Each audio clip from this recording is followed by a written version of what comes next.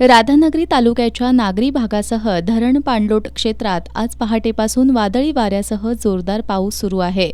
त्यामुळे धरणांची पाणी पातळी जलद गतीनं वाढतेय.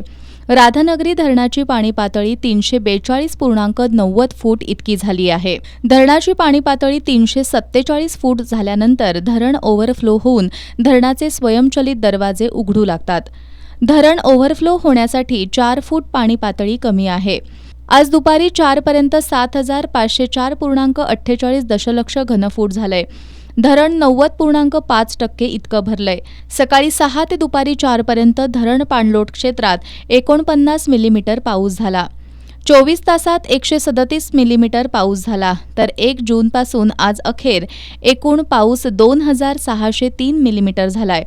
सध्या विद्युतगृह सांडव्यातून 1500 क्युसेक्सनं पाण्याचा विसर्ग भोगावती नदीपात्रात सुरू आहे. धरणात येणाऱ्या पाण्याची आवक जास्त असल्यानं पाणी पातळी वेगानं वाढतेय.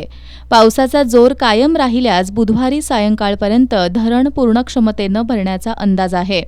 भोगावती नदीवरील कसबा तारळे, शिरगाव, राशिवडे, हळदी इथले बंधारे पाण्याखाली गेलेत.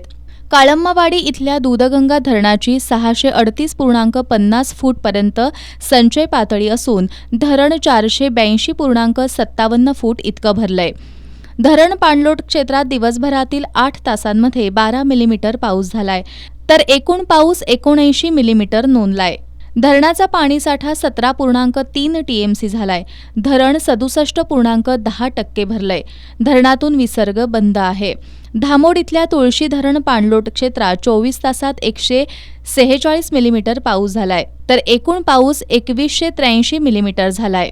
धरण 75% इतकं भरलं असून धरणातून अद्याप विसर्ग सुरू केला नसल्यानं धरणाची पाणी पातळी वाढतेय. तालुक्याच्या नागरी भागातही पावसाचा जोर आहे.